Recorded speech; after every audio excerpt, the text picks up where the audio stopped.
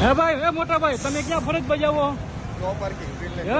નો parking. No parking. તો આ લોકો નિયમ લાગુ નથી પડતો યુ ટર્ન લેવાનો. કાયમી માટે કેમ શોર્ટકટ લઈએ? આ ફરજ તમારી આવે, કોની આવે ફરજ? આ ફરજ કોની આવે પાલન કરવાનું? તો આ લોકો કેમ યુ ટર્ન નથી લેતા? પાછળ લઈ ગયો ભાઈ. સાહેબ ને બોલાવો, સાહેબ ને બોલાવો. કાયમી માટે દાદાગીરી કરો.